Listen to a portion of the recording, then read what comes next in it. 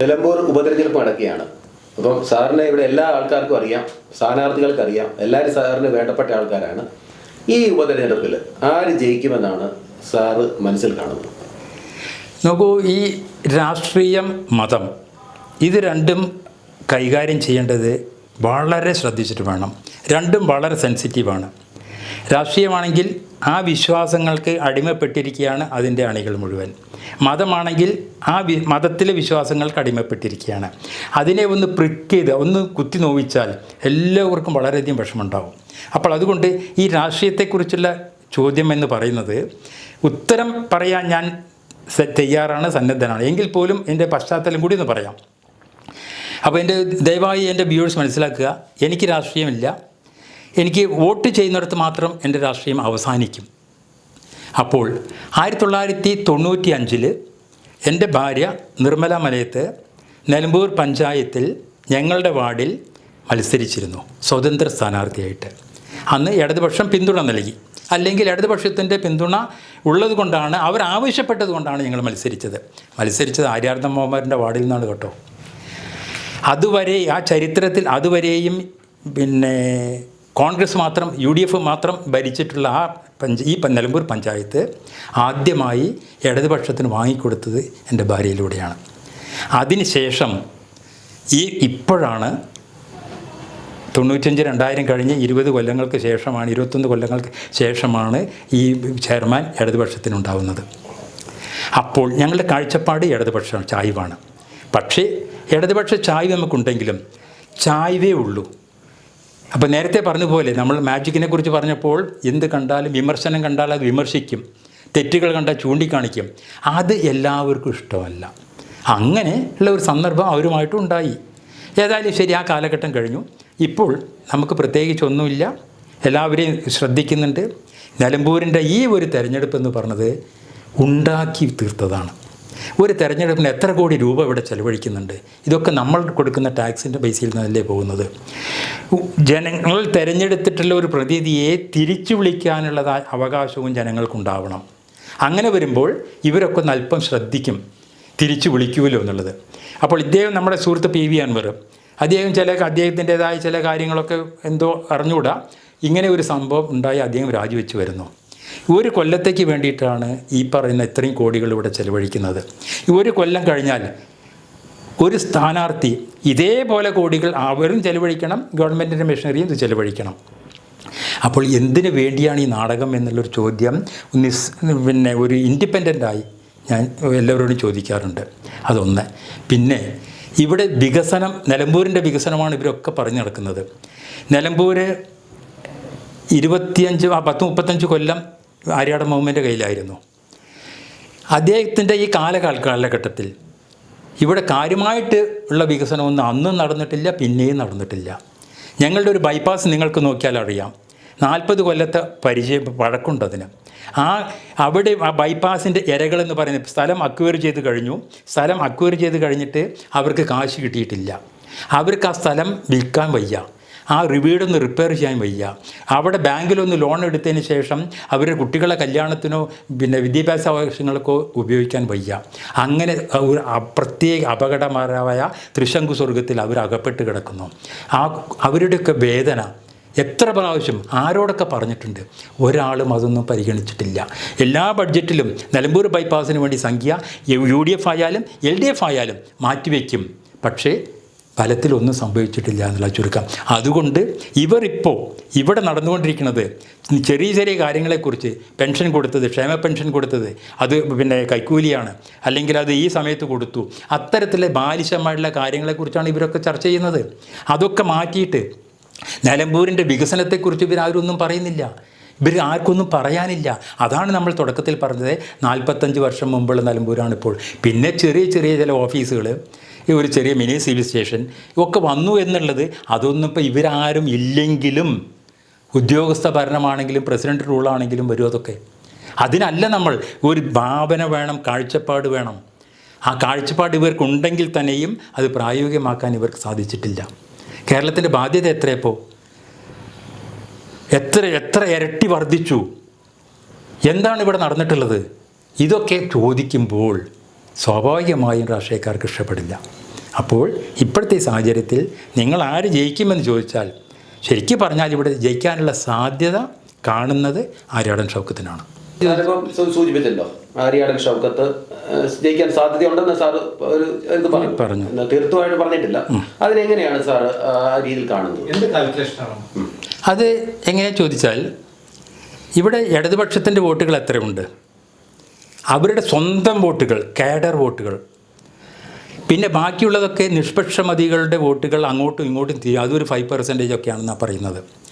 അപ്പോൾ അത് കണക്കാക്കി കഴിഞ്ഞാൽ നിഷ്പക്ഷമതികളുടെ വോട്ടുകൾ ഈ ഭാഗത്തേക്ക് ഇടതുപക്ഷത്തേക്ക് ഇപ്പോൾ വല്ലാതെ ചെയ്യാനുള്ള സാധ്യതയില്ല. കാരണം ഭരണവിരുദ്ധ വികാരം എല്ലാവരിലും ഉണ്ട്. അതൊന്ന്. രണ്ടാമത്തേത്, ആര്യാടൻ ഷൗക്കത്ത് ഇവിടെ ഈ നാട്ടുകാരനാണ്. പിന്നെ ഒരു പ്രാവശ്യം നിന്ന് തോറ്റതാണ്. ഈ പ്രാവശ്യം അദ്ദേഹം ജയിച്ചില്ലെങ്കിൽ അദ്ദേഹത്തിൻ്റെ കരിയർ നഷ്ടപ്പെട്ടു എന്നുള്ളതാണ്. പൊളിറ്റിക്കൽ കരിയർ പിന്നെ അദ്ദേഹത്തിനില്ല. ആ ഒരു ഫീൽ ഇവിടെ ഉള്ളതായ ഒരുവിധം ആൾക്കാർക്കൊക്കെ ഉണ്ട്. പിന്നെ ആര്യാടനോടുള്ളതായ ഒരു പ്രത്യേക സ്നേഹവും. ഒരു പ്രാവശ്യം അദ്ദേഹത്തെ ജനങ്ങൾ ശിക്ഷിച്ചു. എന്തുകൊണ്ടാണ് ചോദിച്ചിട്ടുണ്ടെങ്കിൽ അദ്ദേഹം ആ ശിക്ഷയ്ക്ക് അർഹനാണ്. അത് ഒരു പ്രാവശ്യം ശിക്ഷിച്ചാൽ ഒരു എന്തെങ്കിലുമൊക്കെ തെറ്റുകൾ ചെയ്താൽ ഒരു പ്രാവശ്യം മതിയല്ലോ. ഇനി അദ്ദേഹത്തെ പരിപൂർണമായിട്ട് കുളത്തിൽ ഇറക്കണ്ട എന്ന ഒരു ചിന്ത നാട്ടിലുള്ളവർക്കുണ്ട്. പിന്നെ അതുകൂടാതെ അദ്ദേഹം വികസന പ്രവർത്തനങ്ങൾക്ക് കുറച്ച് കാഴ്ചപ്പാടുള്ള വ്യക്തിയാണ്. അത് നമ്മൾ ഇല്ല എന്ന് പറയാൻ പറ്റില്ല. പഞ്ചായത്ത് പ്രസിഡൻ്റ് ആയിരിക്കുമ്പോഴും പിന്നെ മുനിസിപ്പൽ ചെയർമാൻ ആയിരിക്കുമ്പോഴൊക്കെ ഞങ്ങളൊക്കെ അത്ഭുതപ്പെട്ടിട്ടുണ്ട്. ആ PWDയുടെ മുമ്പിൽ നിന്നും പിന്നെ പോലീസ് സ്റ്റേഷൻ മുമ്പിൽ നിന്ന് താഴേക്ക് ബസ് സ്റ്റാൻഡിലേക്ക് വരുന്ന ആ റോഡൊക്കെ ഒരു 10-25 മാസത്തിൻ്റെ ഉള്ളിലുള്ളതായ കാലയളവ് കൊണ്ടാണ് ഗവൺമെൻറ്റിൽ പോയി പെർമിഷൻ വാങ്ങിച്ച് അത് പ്രായോഗികമാക്കുന്നത്. അത്തരത്തിൽ ചെയ്യാനുള്ളതായ ആ ഔത്സുക്യം, ഊർജ്ജസ്വലത, അല്ലെങ്കിൽ അതിന് നമ്മൾ എന്ത് പറയണമെന്ന് അറിഞ്ഞൂടാ, ആ ഒരു ബില്ല് അദ്ദേഹത്തിനുണ്ട്. അത് പിന്നെ മറ്റുള്ളവർക്ക് സ്ഥാനാർത്ഥികളായിട്ട് കമ്പയർ ചെയ്യുമ്പോൾ അത്രയ്ക്ക് കാണുന്നില്ല. അതൊന്ന്. പിന്നെ ഈ ഒരു വിഷയം. പിന്നീടുള്ളത് നമ്മുടെ മറ്റൊരു സുഹൃത്ത് PV അൻവറാണ്. അദ്ദേഹമാണ് ഈ തെരഞ്ഞെടുപ്പോട് ഉണ്ടാക്കി വെച്ചത്. അതുകൊണ്ട് തന്നെ എന്താ ജയിച്ചിട്ടുണ്ടെങ്കിൽ കഴിഞ്ഞ പ്രാവശ്യം കിട്ടിയ അതിൻ്റെ ഒന്നും അത്രയും നോട്ട് അദ്ദേഹത്തിന് കിട്ടാൻ പോലും. കാരണം എല്ലാവരെയും മനസ്സിലിതുണ്ട്. അതുകൊണ്ട് അത് സംഭവിക്കുന്നില്ല. അപ്പോൾ അങ്ങനെയൊക്കെ നോക്കുന്ന സമയത്ത് ഇവിടെ ചാൻസ് കൂടുതൽ കാണുന്നത് ആര്യാടൻ ഷൗക്കത്ത്. ഇനി വരും. ഇവിടെ അങ്ങോട്ടുള്ള ദിവസങ്ങൾ വളരെ നിർണായകമാണ്. ഒരു 10 ദിവസമൊക്കെ ഉണ്ട്. ആ 10 ദിവസത്തിൽ എന്തെങ്കിലും ചില അത്ഭുതങ്ങൾ സർക്കാരിൻ്റെ ഭാഗത്തു നിന്നോ അല്ലെങ്കിൽ മറ്റെന്തെങ്കിലും പൊളിറ്റിക്കൽ ഡ്രാമ എന്തും ആവാലോ സംഭവിച്ചിട്ടില്ലെങ്കിൽ ആര്യാടൻ ഷൗക്കത്ത് വിജയിക്കാനാണ് സാധ്യത എന്നാണ് എന്നെപ്പോലുള്ളവർ വിലയിരുത്തുന്നത്.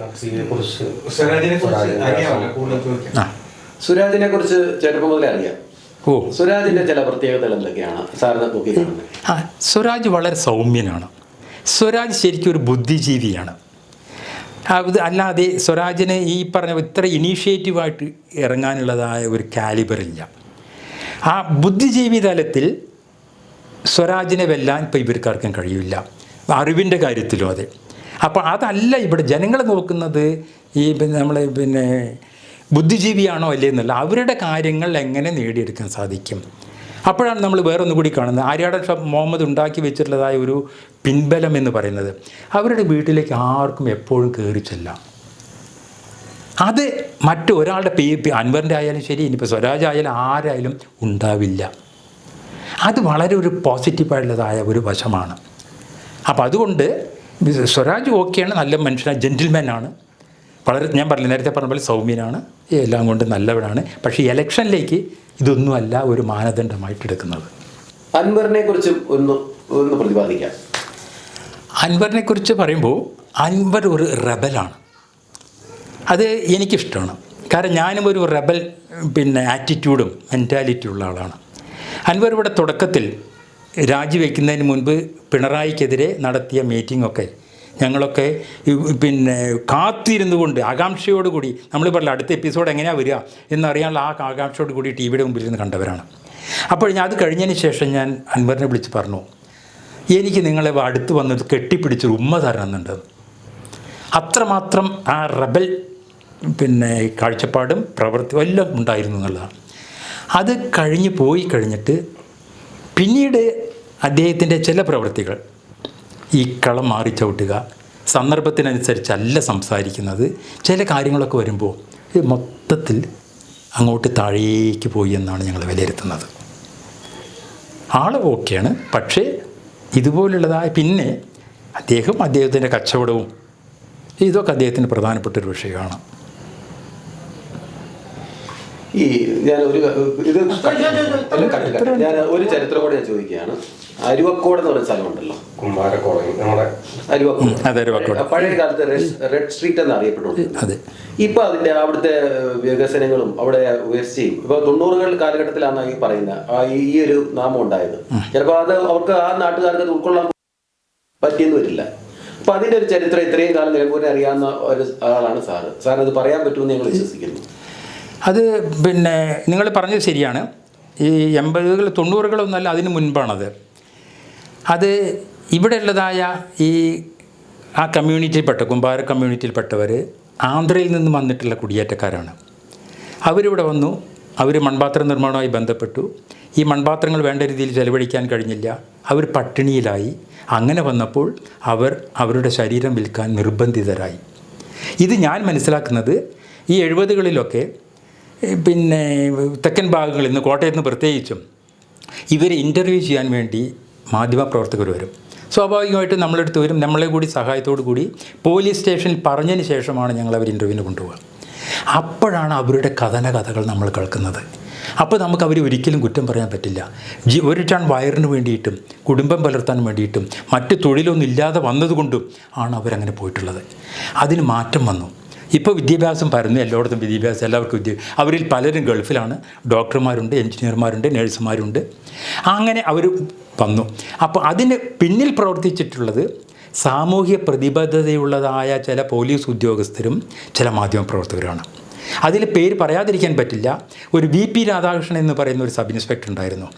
അദ്ദേഹം അതിന് വളരെ നല്ല രീതിയിൽ ഇവരെ പുനരുദ്ധരിക്കാൻ വേണ്ടിയിട്ടുള്ളതായ പ്രവർത്തനങ്ങളാണ് ചെയ്തത്. മറ്റുള്ളവർക്ക് വന്നു കഴിഞ്ഞാൽ ആളാവാൻ വേണ്ടി പിടിച്ചുകൊണ്ടും റോഡിലൂടെ പരസ്യമായി നടത്തിക്കൊണ്ടുപോകും. പുരുഷന്മാരെ നടത്തിക്കൊണ്ടുപോകും, അവരെ ഡിഫെയിം ചെയ്യും, അവർ പോകുമെന്നല്ലാതെ ഇതിൻ്റെ റൂട്ട് കോസിലേക്ക് വന്നിരുന്നില്ല. അപ്പോൾ അദ്ദേഹം അത് വേണ്ട രീതിയിൽ ചെയ്തു. അതിനെ സഹായിക്കാൻ ഇപ്പോൾ നമ്മുടെ ലീല മേനോൻ അവരിവിടെ വന്ന് ഇന്ത്യൻ എക്സ്പ്രസ്സിൽ നല്ലൊരു ആർട്ടിക്കിൾ എഴുതി. അതിനൊക്കെ ശേഷം ഇവിടെ പിന്നെ ഹ്യൂമാനിറ്റേറിയൻ ആന്ത്രോപോളജിസ്റ്റുകൾ ചിലർ വന്നു ഇവരെ പഠിക്കുകയും അവരുടെക്ക് വേണ്ടി ഒരു സൊസൈറ്റി ഉണ്ടാക്കി. അവരുടെ മൺപാത്രങ്ങൾ വിൽക്കാൻ അവർ വാങ്ങുന്നു. എന്നിട്ട് അവരത് ഇന്ത്യയുടെ പല ഭാഗങ്ങളിലും കൊണ്ടുപോയി എക്സിബിഷനിൽ അവർ വിൽക്കുന്നു. അങ്ങനെ ഇവർക്ക് വരുമാനം കിട്ടാൻ തുടങ്ങിയപ്പോഴും ഈ വിദ്യാഭ്യാസം എല്ലാവരിലും ഉണ്ടായി. ഇതൊക്കെ ശരിയായ ഏർപ്പാടുകളല്ലാന്ന് മനസ്സിലായപ്പോൾ ഇതെല്ലാം ഒരു 10-25 വർഷത്തിന് മേലെയായി ഇതെല്ലാം പരിപൂർണമായും തുടച്ചു മാറിയിട്ട്. അതുകൊണ്ട് തന്നെയാണ് ഇപ്പോൾ ഏത് തലമുറ അവരോടൊന്ന് ചോദിച്ചാൽ ഇങ്ങനൊരു വിഷയത്തെക്കുറിച്ച് പോലും ആർക്കും അറിയില്ല എന്നുള്ളത്. ഇപ്പോൾ അവിടുത്തെ ഡെവലപ്മെൻറ്റ് എങ്ങനെയാണ്? ഇപ്പോഴും നല്ല രീതിയിൽ തന്നെ ഞാൻ നേരത്തെ പറഞ്ഞില്ലേ, പലരും ഗൾഫിൽ പോയിട്ടുണ്ട്, വിദ്യാഭ്യാസമുണ്ട്. ആർക്കും അവിടെ പട്ടിണിയില്ല. പട്ടിണി നമ്മുടെ നാട്ടിലില്ല ഇപ്പോൾ. അതിൻ്റെ പോലെ തന്നെ ആർക്കും പട്ടിണിയില്ല. വീടുകളൊക്കെ അത്യാവശ്യം നല്ലതാണ്. സർക്കാരിൻ്റെ ഭാഗത്തു നിന്ന് ധാരാളം സഹായങ്ങൾ ലഭിക്കുന്നുണ്ട്. ആ രീതിയിലൊക്കെ വന്നപ്പോൾ നല്ല വീടുകളൊക്കെ തന്നെയാണ് ആ ഭാഗത്ത് പോയാൽ നമുക്കിപ്പോൾ കാണാൻ സാധിക്കുക. ഓക്കെ സാർ, ഒത്തിരി സന്തോഷം കേട്ടോ. ഞങ്ങളുമായിട്ട് ഇത്ര നേരം സംസാരിക്കാനായിട്ട് മനസ്സ് കാണിച്ചതിന് ഒത്തിരി നന്ദി പറയുന്നു. കൂടുതൽ വാർത്തകളും വിശേഷങ്ങളും നിങ്ങൾക്ക് ലഭിക്കാൻ കേരളീയം ന്യൂസ് സബ്സ്ക്രൈബ് ചെയ്യുക. കൂടെ ബെൽ ബട്ടണും അമർത്തുക.